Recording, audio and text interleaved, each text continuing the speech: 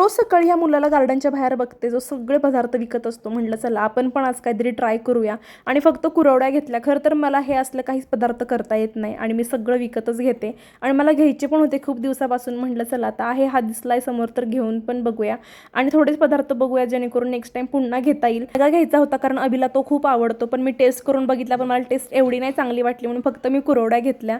त्यानंतर गार्डनमध्ये आले, थोडंसं वॉक केलं आणि पुन्हा घरी गेलो. माझं एक ब्रँड शूट पण होतं, ते पण कंप्लीट केलं. त्यानंतर म्हटलं चला आता ओव्हन आहे त्याचा वापर पण केला पाहिजे, कारण आणल्यापासून वापर अजिबातच नाही आणि एवढा हौशेने घेतला होता ना की असं करू तसं करू पण काही उपयोग नाही झाला या ओव्हनचा. म्हणून म्हटलं चला याच्यामध्ये काहीतरी मिनी पिझ्झा ट्राय करू आपण. याच्यामध्ये भरपूर वेळा केलाय खरं तर, पण आत्ता 1 महिन्यापासून काहीच नव्हतं केलं. नवरा बायको दोघं वर्किंग असतील ना, असा क्वालिटी टाइम खरंच खूप कमी मिळतो आणि तो फक्त शनिवार रविवारच असतो. काही लोकांना तर तो शनिवारी पण नसतो, फक्त रविवारीच असतो. तर वर्क फ्रॉम होम असेल आणि अभि पण घरी असेल ना, मी काय शांत बसत नाही. मला असं वाटतं त्याला काय करून काय नाही, त्यामुळे दिवस माझा पूर्ण याच्यामध्ये जातो की याच्या मागे मागे की तुला काय करून देऊ काय नाही, कारण रोज हा टाइम मिळतच नाही. आणि असा होता आजचा दिवस. भेटूयात पुढच्या ब्लॉगमध्ये. Bye guys.